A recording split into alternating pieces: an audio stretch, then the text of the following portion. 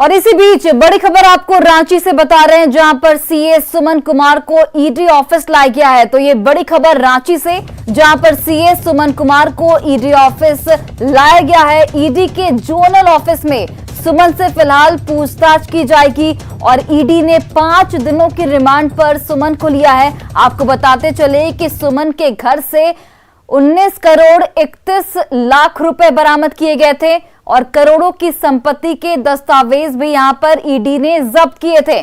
पूछताछ में कई बड़े खुलासे यहां पर हो सकते हैं। तो ये बड़ी खबर आपको बता रहे हैं रांची से, और इस खबर पर ज्यादा जानकारी के साथ रांची से हमारे सहयोगी ओम प्रकाश फोन लाइन पर जुड़ गए हैं।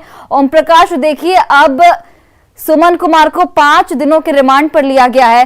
किस तरह से कार्रवाई जो है वो अब आगे बढ़ेगी, क्या क्या सवाल होंगे, किस तरीके से पूछताछ की जाएगी, क्योंकि इस दौरान कई बड़े खुलासे हो सकते हैं।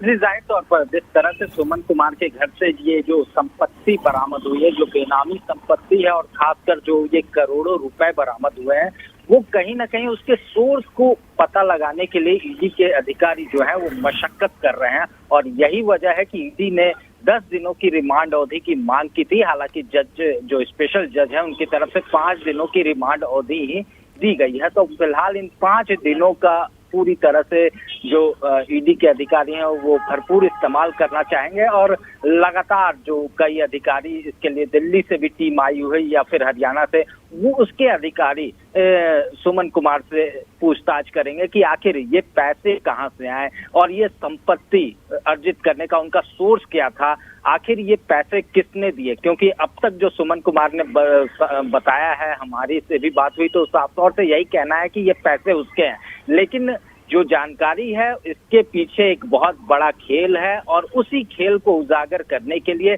ईडी के अधिकारी लगातार प्रयासरत हैं।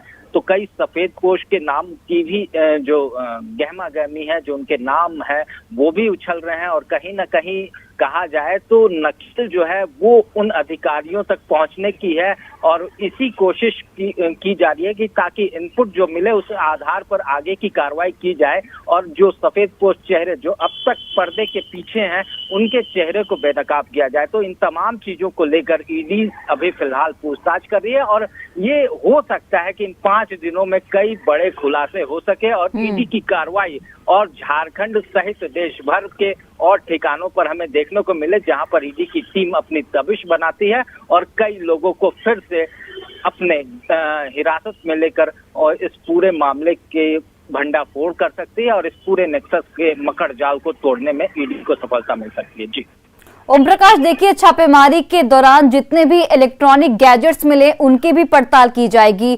तो ऐसे में इलेक्ट्रॉनिक गैजेट्स के माध्यम से क्या कुछ सामने आ सकता है?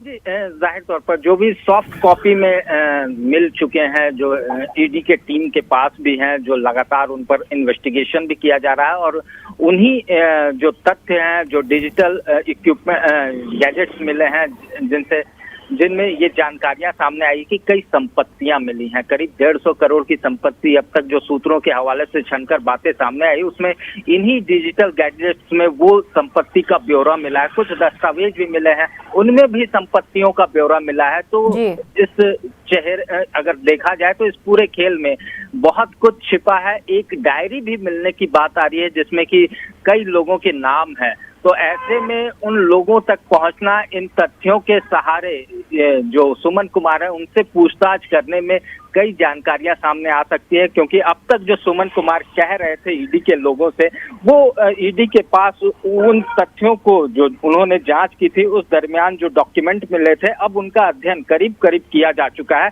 और कहीं ना कहीं इन दोनों चीजों को मिलाकर उससे पूछताछ की जाएगी। तो ऐसे में बिल्कुल, चलिए ओम प्रकाश, अब देखने वाली बात होगी कि इन 5 दिनों के रिमांड में किस तरीके से पूछताछ की जाती है और क्या कुछ खुलासे जो है वो सामने आते हैं। फिलहाल के लिए आपका बहुत बहुत धन्यवाद तमाम जानकारियां देने के लिए। और देखिए, वहीं सीए सुमन के साम्राज्य के बारे में धीरे धीरे खुलासे जो है वो सामने आ रहे हैं। सीए के घर और दफ्तर के पते पर दर्जन भर से ज्यादा कंपनियां रजिस्टर्ड हैं।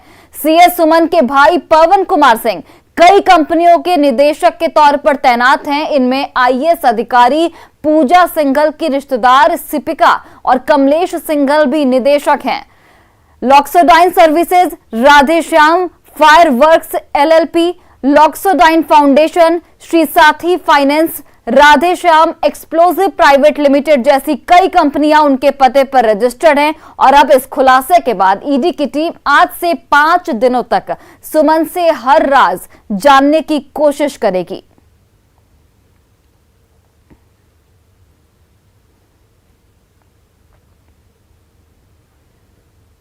और वहीं मनरेगा घोटाले में ईडी की कार्रवाई के बाद सीएम का नाम जबरन घसीटे जाने का आरोप लगाते हुए जेएमएम ने रांची के बीजेपी ऑफिस के बाहर प्रदर्शन किया। इस दौरान जेएमएम कार्यकर्ताओं ने झंडे बैनर लेकर बीजेपी और केंद्र सरकार पर सीएम को जबरन फंसाने का आरोप लगाया।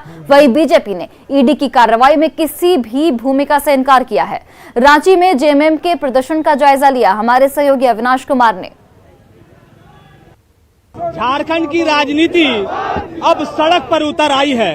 इस वक्त आप देख सकते हैं कि जेएमएम के नेता और कार्यकर्ता ईडी छापेमारी के बाद मुख्यमंत्री हेमंत सोरेन का नाम लिए जाने को लेकर जो दबाव बनाया जा रहा है, जो कथित दबाव की बात सामने आ रही है, उसी के तहत प्रोटेस्ट करने पहुंचे हैं। ये आप देख सकते हैं कि जो जिलाध्यक्ष हैं वो यहाँ हैं, जो जेएमएम के कार्यकर्ता हैं वो यहाँ पर है। तो आप समझ सकते हैं कि किस तरह से ये सारी चीजें चल रही हैं। हम बात करने की भी कोशिश करेंगे। झारखंड सरकार के मुख्यमंत्री हेमंत सोरेन को बदनाम करने की जो साजिश है, इसको कार्यकर्ता कभी भी मान्य नहीं देगी। और आपको लग रहा है कि दबाव बनाया जा रहा है नेता के नाम लेने के लिए? देखिए, सबसे बड़ी चीज है कि केंद्र सरकार का जो एजेंसियां है, केंद्र की ओर से दबाव दिया जा रहा है। झूठ मूठ के आदरणीय हेमंत सोरेन जी को बदनाम करने का काम कर रहे हैं। इसलिए झारखंड मुक्ति मोर्चा किसी भी महीने में उसकी बर्दाश्त नहीं करेगा। भाजपा के लोग अगर सीए पूजा सिंघल का सीए गिरफ्तार होता है तो उसको प्रेस डालते हैं कि आप हेमंत सोरेन का नाम लीजिए, सीएम का नाम लीजिए कि ये पैसा उनका है। इस तरह से ये गुंडागर्दी पर उतर आई है और साजिश करने पर उतर आई है, जिसका हम कड़े शब्दों में झारखंड मुक्ति। देखिए, ये जेएमएम के तमाम नेता हैं, कार्यकर्ता हैं जो इस वक्त सड़क पर उतरे हैं। तो ये एक प्रोटेस्ट जो लगातार राजनीति हो रही थी, उस राजनीति को आगे बढ़ाती हुई अब ये राजनीति नहीं, अब ये सड़क पर ये राजनीति आ गई है। अब तक सिर्फ बयानबाजी हो रही थी, दोनों तरफ से बयानबाजी की जा रही थी, लेकिन अब जेएमएम सड़क पर उतर आई है। और सड़क पर उतरने के बाद सबसे पहले बीजेपी प्रदेश कार्यालय के बाहर ये प्रदर्शन किया गया है। जेएमएम के जो जिला कमेटी है, जिला कमेटी के द्वारा ये प्रदर्शन आयोजित था। इसलिए कोई भी जो पार्टी के जो बड़े नेता हैं वो चेहरे यहाँ देखने को नहीं मिले हैं। भारतीय जनता पार्टी का स्पष्ट मत है कि झारखंड के संदर्भ में वर्तमान सरकार, हेमंत सोरेन सिंह की सरकार जो कांग्रेस के सहयोग से चल रही है, उसकी स्थिति अच्छी नहीं है। दिशाहीन सरकार है, कुव्यवस्था है, कुशासन है। और इन बातों को हमारे नेता, हमारे प्रदेश अध्यक्ष जी, हमारे बीजेपी के तीनों पूर्व मुख्यमंत्री सब उठाते रहे हैं कि झारखंड आज गलत दिशा की ओर चल पड़ा है। तो बीजेपी ने कहा कि यहाँ कहीं से भी कोई बीजेपी का कोई रोल नहीं है, किसी तरह की कोई भूमिका नहीं है और बीजेपी अपने कर्तव्य का निर्वहन करेगी। तो यहाँ से आप देख सकते हैं कि जो जेएमएम का जो जुलूस है, जो प्रोटेस्ट है, वो वापस लौट चुका है। और यहाँ जिस तरह से बीजेपी के कार्यकर्ता और नेता के साथ बाहर बड़ी संख्या में पुलिस के जो जवान और अधिकारी मौजूद थे, उन्होंने अब राहत की सांस ले ली है। कैमरा पर्सन संजीव के साथ अविनाश कुमार, न्यूज़ 18 रांची।